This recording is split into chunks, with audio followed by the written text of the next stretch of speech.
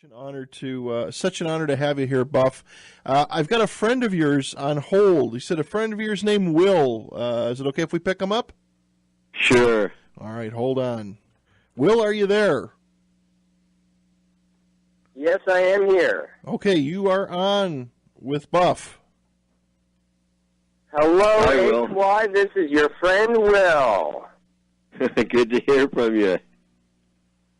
Well, I called in as promised, and I've been listening. Very interesting stuff, much of which you and I have discussed in the past. And I know we haven't quite caught up to our friends the salamanders just yet. I was glad to hear you talk about the Satuma Code, which is something that you and I have a special interest in. Yes. I just had a couple key phrases or keywords to throw out there, topics that I know are things that you and I have talked about and that you have a lot of interesting things to talk about.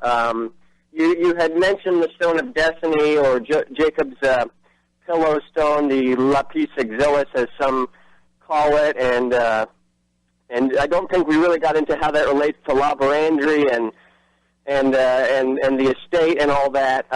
But you know, I know that Jacob's Pillow Stone was part of the temple implements that are needed to rebuild the temple, which is what most of the Earth's religions seem to be concerned about, including my own religion of Mormonism. And you had mentioned the year 2022 as a calculation you had done, and you may or may not want to sort of expound upon the temple and the temple implements. I know that's something that you may not want to talk too much about, but it's a real thing and it's a real concern. And you brought up the year yourself, so I felt open to broach that subject. You brought up the Satuma Code. You've also got the Abjad cipher. You and I had discussed the Voynich manuscript a little bit in passing a few times. Probably doesn't relate too much to what we're talking about here, but I figured if I threw enough spaghetti against the wall, something might stick. Yeah, if only each strand had a different color, I could separate one from the other, but it's a big knot and braid of spaghetti, and that's fine. I kind of probably work better with it all stirred up rather than it all separated. There you go. Yeah. I'm not. Understand that the 2022 is the result of calculations. I'm not saying personally that is my belief. Okay, I'm saying in the same way that Isaac Newton came to in 1967, and everybody rallied around that when it became known because of the war of '67 and how Israel won. I'm not saying that this means that I believe things are going to happen in 2022. It is the result of a calculation about the code. So that said, the emergence of articles of the temple on the Temple Mount, certainly as well as I do, that spells volatility. And during the press conference it actually became a walking press conference on Litchfield Estate, I think it was a BBC reporter asked me what the consequences might be. It's in Lapis Exilis documentary, what the consequences might be if the stone of Jacob, the pillow stone of Jacob, what's called the Eben Shatia in Hebrew, or the Bethel stone in Hebrew. It has several different names. If that were to emerge, what would happen? And I went on to describe what could happen. It's enough to cause an enormous war, because from a non messianic point of view, and for those Muslims that don't believe that there's a second coming, or a first coming for that matter. Jews will believe that there's a first coming. It's expected that Christians were that to happen, that Christians would believe that was the second coming, that the temple has to be built by and then there's also the view that that temple would be the temple that the devil sits in until the final temple of heaven descends. But let's keeping our feet on the ground. If the stone emerged and it was used as an implement in incense burning in the Devir, the Sanctum Sanctorum, at the foot of the Ark of the Covenant. If it emerged, I know of two rabbinical orders that would immediately want to start, to proceed to do what they would think is necessary to build the temple, and that spells war. So we're dealing with something extremely volatile here, and have to be very cautious about what it is that we are dealing with and how we address it in the midst of this very troubled world. Is this really a biblical time right now that we're entering? I think that that's what Isaac Newton was getting at with the 1967 date. 2022, don't forget the Davidic Messiah is supposed to bring a millennium of peace and plenty for everyone. So there's got to be 1,000 years of fun, if I can put it that way, before the ultimate end happens. In that belief system. there's a billboard here in Texas that just went up that's advertising 2027 as the next coming of Christ. So don't know where they got that number from, but yeah. There's the people online on the chat room here. I'm watching Bill New York. I know you had mentioned him to me earlier. He's counting down the minutes and dying to hear about the seraphim. I want you to talk about the salamander letter. I know that you are also going to talk about the salamanders as they pertain to the angels and maybe the Anunnaki or the Nephilim. But there's a lot of other weird stuff in the LDS church, of which I am a member of proudly. And since you're on Salt Lake Radio, it would be a shame not to at least touch on some of that stuff. There's a whole sort of laundry list of weirdness, like the temple endowment ceremony, plural marriage, the true life and death of the prophet Joseph Smith and his bizarre but proven occult organization affiliations. You got the Planet Kolob, you got all the secret handshakes and passwords, and not to mention things that were probably hoaxes like the salamander letters and the Kinderhook plates, which you mentioned to me earlier today, and all of that stuff. So I'll get off the phone because we can talk later, but I do want you to mention one other thing before the end of the hour, and I want you to talk to us about the Comforter. Okay. All right. Let's put that at the end, and get through the salamander seraphim Utah context, and that'll deliver us right to where you want it to be. Okay? All right, HY. I'll pick up with you offline, buddy. Thanks for calling. Okay. Thanks. Okay. Pat. Those salamander letters. I'm not going to go into it here, but someday I'll share something with you that may write a new chapter in that. Well, I think I know what you're talking about, and we'll get to part of it. Now, if I can do this, I'd like to go.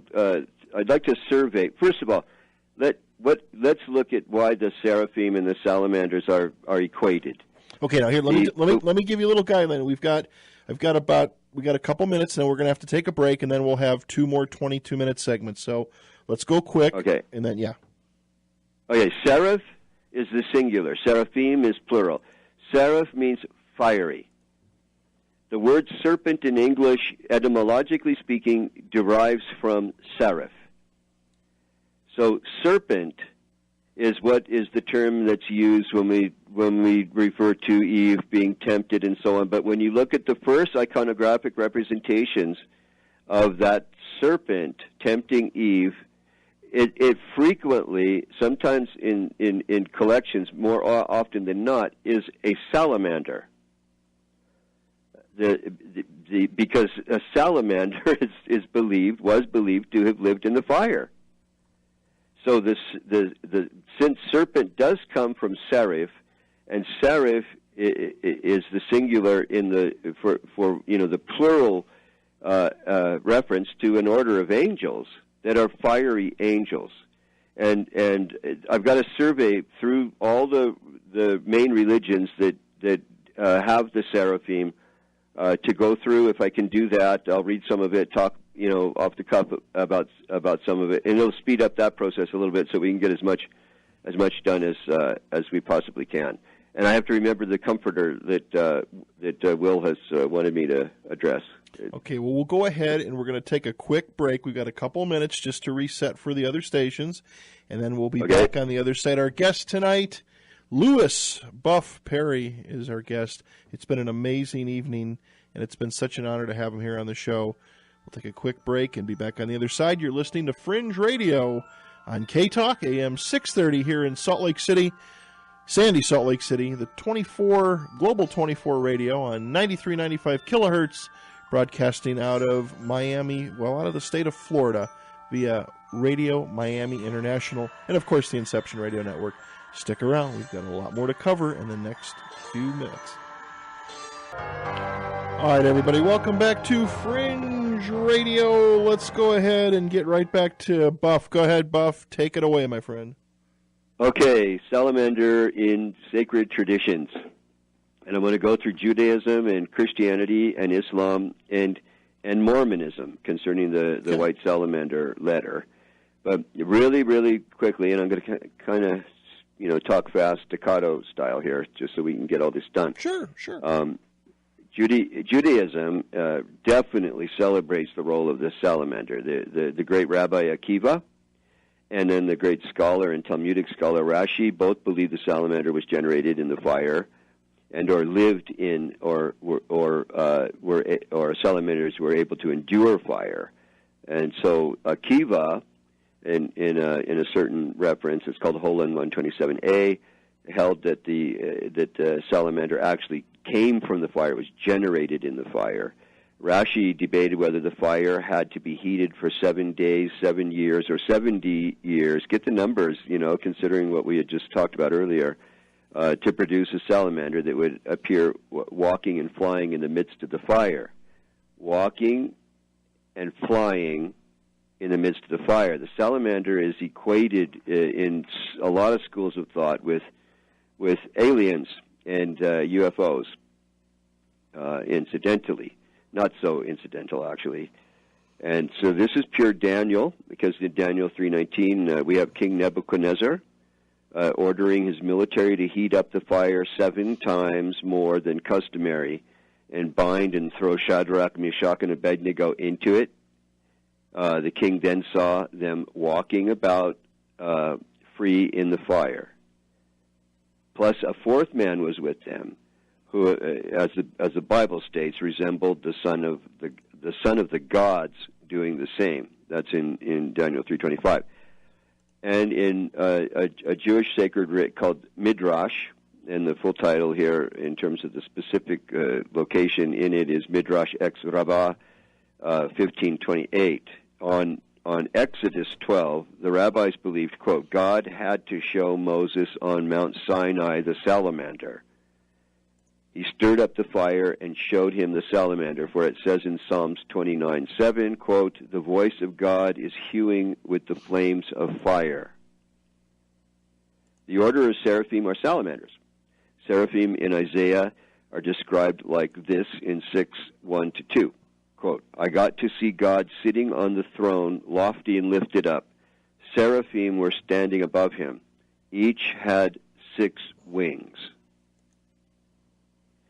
So we were talking earlier that seraph in Hebrew means fiery. Right? So the salamander has 6 plumes. It's supposed to, it's said, and it was believed by everybody to actually live in the fire. Early scientists believed that. It was such a dominant view of the salamander. But there's a stage of the salamander where there are externalized lungs, oxygen catchers. They look like feathers, and there are 6 of them. This is the equation. We know linguistically, etymologically speaking, you can't escape the direct line between the word seraph and serpent and salamander here, now that you add the 6 wings. So the salamander had 6 plumes. They look like wings and are actually externalized gills. And the fiery flying serpents referred to in the Bible are indeed, in my opinion, the seraphim. Now let's fast forward to Islam and the Quran. This gets kind of chilling and stunning. The order of angels are twice referred to, this same order, in the Quran. In chapter 74, verse 30, they are referred to as, quote, above there are 19, they are the angels of the fire. When I compared that to 9/11, and thought 19 hijackers, not 20, it wasn't long before I had a manuscript that was being requested by Zacharias Moussaoui's lawyers, who was being charged with being the intended 20th hijacker for 9/11. This is what's called the number 19 code. Those people in Al-Qaeda identified themselves as being the angels of the fire. Wow. That's I'm asserting that. Anyway, on with this. So the Arabic word for both the salamander and the phoenix was and is samandal. And Rumi, the great love poet Rumi, who's the founder of the Whirling Dervish order many centuries ago, and because of whose poetry that fountain existed, where the salamanders turned into fish and the fire turned into water, that Leonardo da Vinci was right next to when he saw that object in the heavens. Rumi wrote, and so did Leonardo, wrote about the salamander and how the salamander lives in the fire. The only difference is that Rumi added the prophet, prophet Abraham with the salamander in the fire, because that is an Islamic belief that Abraham could withstand the fire. But it's a Christian belief that Jesus withstood the fire too, and we'll get to that here in just a moment. The second example in the Quran, and this is where the octagon comes in very strangely. It's in chapter 69, verse 17, quote, and the angel shall stand upon its sides and borders and angles, and upon that day 8 shall carry above them the throne of the Lord. So that's what the seraphim do.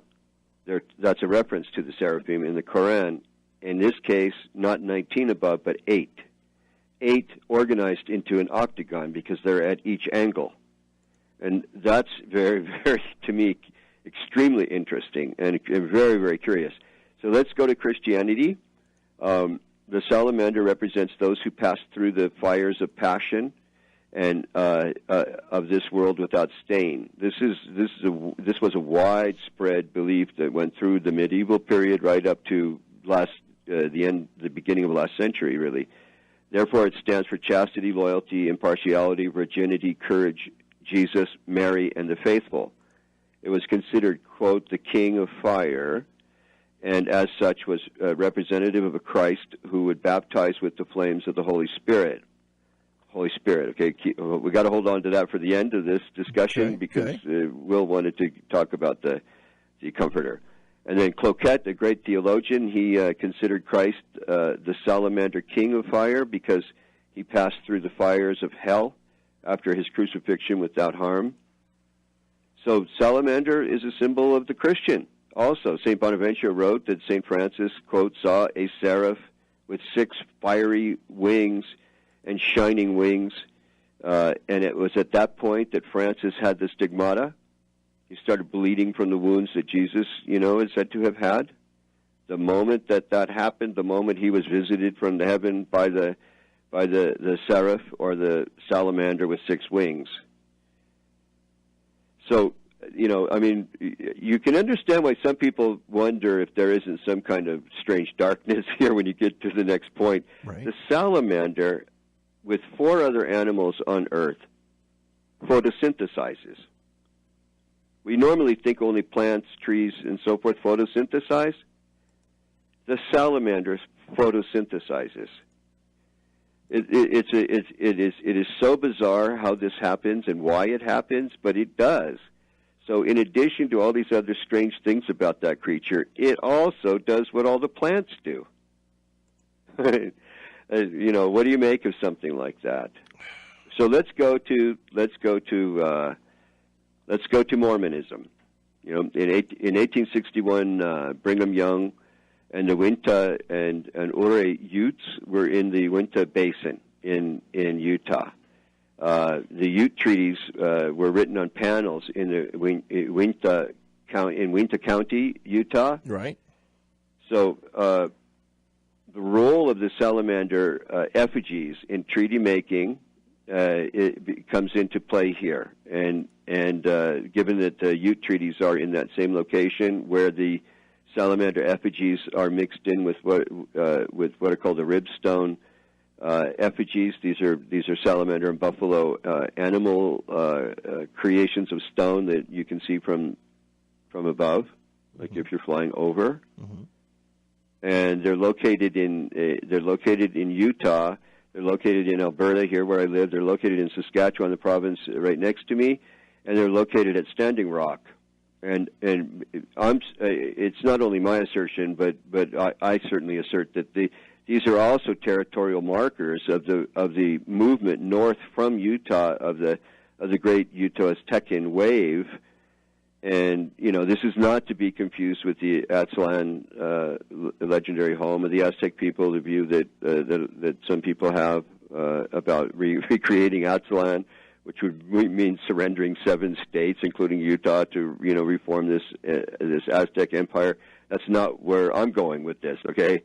But clearly the Utah Aztecan complex, which includes Shoshone, Utes, Aztec, Hopi, Zuni, Pima, the Paiutes, and so forth, are part of that wave, that Aztecan wave that did actually happen and reached as far as where I am right now. So what is all that about, and why is that so important? Well, first let's look at the white salamander, so-called hoax. I accept it's a hoax, but I think that there's a reason why Hoffman did this and why he chose the salamander in white to do it. Moroni appears to the prophet of Mormonism in a white robe. So he replaces Moroni with the salamander. Well, we do have in Jewish tradition these different and Islamic tradition these different prophets from Moses to Abraham in a direct association with salamanders. So it isn't way out of the way to have Joseph Smith having such an experience, but I do accept that letter, the white salamander letter, is indeed a hoax, but the intention of it is different than I think what the accusers would have. So that's the survey of the salamander equation, with the seraphim, and the role that it plays. Right now, we're going to have a commemoration of a very important treaty in the area where I live, and it's called Treaty Number 6. And they're going to use a salamander head. The chiefs are wanting to do this to commemorate the signing of Treaty 6, which is only like 2 blocks from where I live, where the actual signing happened in 1877. And oddly enough, that the head of the salamander effigy down in southern Alberta was moved. I'm going to take a drink of water here just a second. Sure. It was moved into a place called Qu'Appelle Valley of Saskatchewan, in Fort Qu'Appelle specifically, to commemorate the signing of Treaty 4 there. And so there's this association in indigenous thinking of the salamander with making peace, with treaty making, and commemorating treaties that have been signed. So we have Treaty 4 with a salamander example. We have coming up in 2017 this ceremony that's going to happen here in Edmonton, using the head of the salamander effigy from down south, and all that becomes very important when you see juxtaposed between the effigies in Utah and the Ute treaties on panels that are very nearby.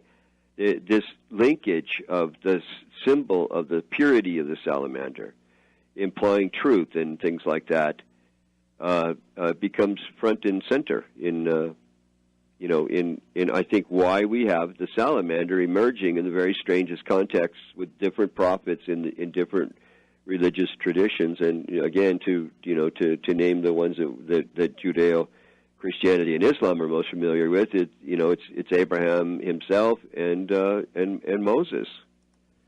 And so the Moroni, the idea of a white salamander appearing to and guiding somehow Joseph Smith is in line with all of those previous examples.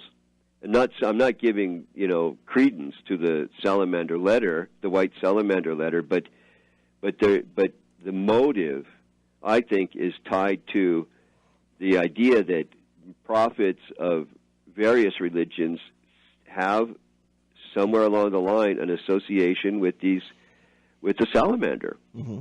And ultimately, when you look at the meaning of the salamander amongst the Utah Aztecans, what do you have? There's Quetzalcoatl in Mexico, in the Aztec Empire, who's the ultimate god. His doppelganger twin brother is named Xotl. When he shapeshifts to help people along in the afterlife passage through the cosmos, he shapeshifts into a salamander. So we have down in southern Alberta, the Cree Nation here, which is the second largest nation of indigenous people, second only to the Navajo. The Cree believe that one of their great chiefs died and was buried under that mound, in that mound where the salamander effigy is, and his role was in the sense of legend and tradition, was to aid people's passage in the afterlife, which is what the salamander did when it was shapeshifted from the Xotl entity, which was the twin brother of Quetzalcoatl in the Aztec Empire. So what I'm getting at there is I'm suggesting that no, without a doubt, these effigies that are around in the prairies and the plains of Canada and in the Dakotas and so forth all have an origin in Utah through the spreading out, the fanning out of the Utah Aztecan Empire. Very interesting, isn't it? Yeah, very deep. It is. I know it is, and it's the thing is, it's disturbing. We have the notion we're made in the image of God, so we do this to angels too. We think angels are made in the image of God, and the archangels especially, but the cherubim and the seraphim and the other orders of angels. But where does it ever say that anywhere in any of the sacred writs? Why can't a salamander be, angelic? Exactly. Especially when it's based on the word that means fiery. Fiery angel. You got it. Take one last commercial break. Our guest tonight, our trooper guest, we should call him, for 4 hours, Louis Buff Parry. We'll be right back on the other side of our final messages here. Stick around, Fringe Radio. All righty, we are back. You ready, Buff? Yes, sir. Final segment. This 4 hours flew by. I hope you know that. Probably not. Well, you were asking about time travel earlier, so maybe we just tapped it. Maybe we did. Yeah. Unbelievable stuff. The correlations of things out there. I mean, maybe not so unbelievable. Maybe some of it sounds like fantasy. Maybe there's more fact to back it up than we know. I think so. The the ultimate questions of believability. Are there angels or aren't there? Why are they associated with fire in one case of the seraphim, and then archangels in terms of the service they provide and perform? Once you pass the believability threshold, then and if you have an open mind, you have to consider everything. God, as the creator, isn't going to exclude, all purpose to the existence of human beings. I concluded that when I was a kid. Mm-hmm. I just can't see that. The universe is just too huge. It's too vast, and creation is too great to be all about, only humans as the ultimate expression. I don't know what that ultimate expression would be, but again, crossing the believability threshold should then open up great vistas of possibility, and that seraphim when you don't do the etymological side of it, that work, you miss half of the meaning of things. And if seraphim means the fiery ones, what is the intent then to assign that title to an order of angels that are in the Quran? They're said to be the guardians, the angelic guardians of the fire. What are we really dealing with there when we normally equate fire with hell and the demons and Satan? Satan, in the form of Lucifer, what did he bear, right? He's the bringer of fire. That's what Lucifer, or bringer of light. Luz means light, and fer means ferens, which means to bring. But anyway, I don't want to hog everything out here. If there's any questions, we could go for that, or we could address Will's request that. Yeah, let's address Will's. Let me one thing, and then we'll address Will's request. Obviously, a lot of these subjects that you touch upon, and I'll just kind of make this as a general statement because there's so many different people that listen. I don't get too hung up in religion. My only thing is that I think people are starting to be more open-minded about things. I know for years, as I grew up as a devout Catholic. I was raised in a devout Catholic family, and a lot of the traditions, the beliefs have been passed down through the generations. And a lot of the things that we've talked about here tonight, some in most cases kind of contradict a lot of beliefs. Do you believe that a lot of the church organizations, whether it's the Catholic Church, the LDS Church, the Presbyterian, whoever it'll be, that they've stifled a lot of this stuff down, Buff, for many years? I think to assign some innocent intent, if it exists, that stifling, might have occurred because of what the church fathers thought would be, the human recourse to misinterpreting, what all of this means. And the deeper you go into etymological, grounding, you find the real meaning or in the original sense and intent of the assignment of some of these terms. So I don't think etymology and those areas of linguistics, were promoted very much by the Vatican and other sources when they lead you to things like, angels living in the fire. Right, how do you square that with, who we hear is supposed to be enchained and, in the lowest level of hell, and that demon's going to be released at some point, and so on. It's all about belief stuff. What I find most interesting is taking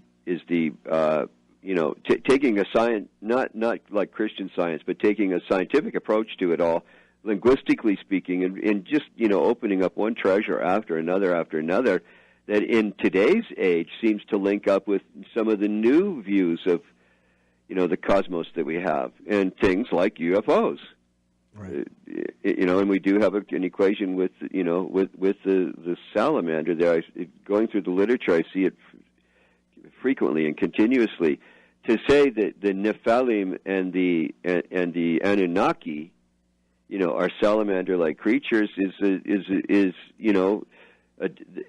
that I understand what Will was getting at, and I know that view and that tradition as reptilian, looking creatures, and that whole school of thought that there are reptiles amongst us, alien reptilian type, crossbreeds and all of that.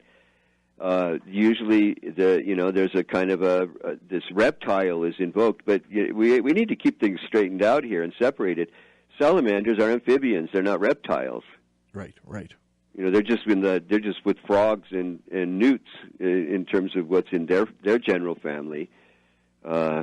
So, I think we've underestimated the degree to which religions also integrate with and draw from imageries, natural imagery and natural phenomenon that is mystifying, that the shamans get into, and rightly. And I don't see any darkness or evil associated there.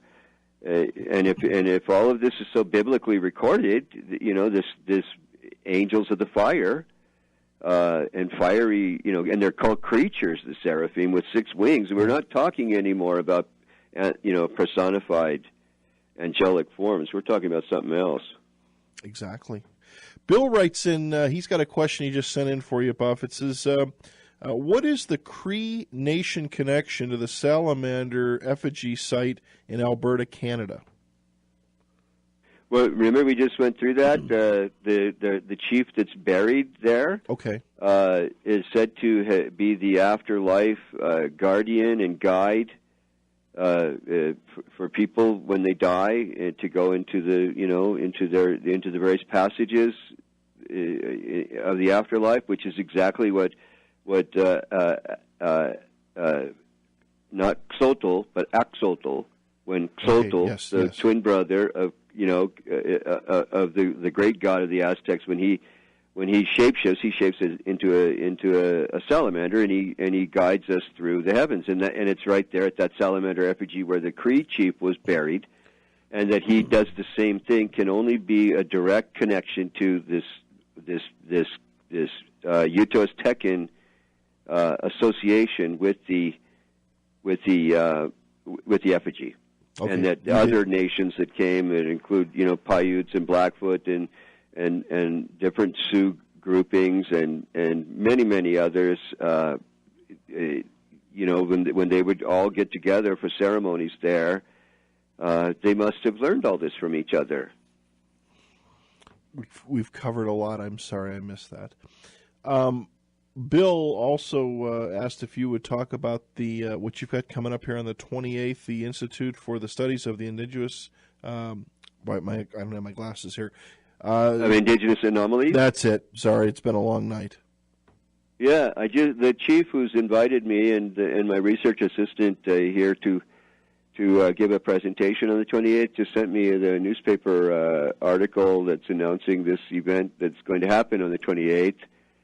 And that has to do with artifacts that have cuneiform inscriptions that have been found in North America and have been properly vetted in a manner that they're not like the salamander letter. They're not hoaxes.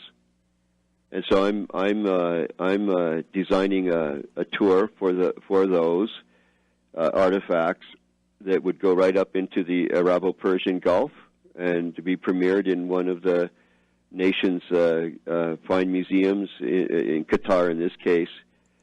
But this will be talking about up at the meeting and the big gathering at Sucker Creek First Nation in Alberta, northern Alberta. Gotcha. And what is the association of those with Indigenous people? Why did Chief Joseph have a clay-baked tablet with this cuneiform inscription on it in 1877, before the whole code of cuneiform had been cracked? What was he doing with that in his medicine bag? How on earth does a Nez Perce chief end up with something like this? Then that's the case. The U.S. Army general took it from him when he was apprehended, and that marked the end of the last great Indian Wars, as they're called. It was taken to West Point. I'm going to be negotiating its movement for this tour, along with other cuneiform inscribed artifacts that have been found here. A whole lot have been found in Bolivia and Chile as well.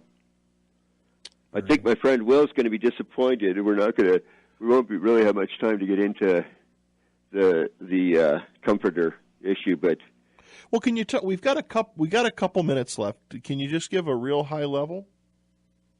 Well, in the Book of John, we've got Jesus saying, "There will be one who comes after me," and that one who comes after him has been called the Paraclete or Parakletos in Greek. That means comforter. Okay. 200 years later, a religious leader named Mani emerges out of Iran, and he's Zoroastrian, but he integrates Buddhism into Zoroastrianism and then Christianity into those two, and forms a religion called Manichaeism. And he becomes identified as that comforter that Jesus foretold.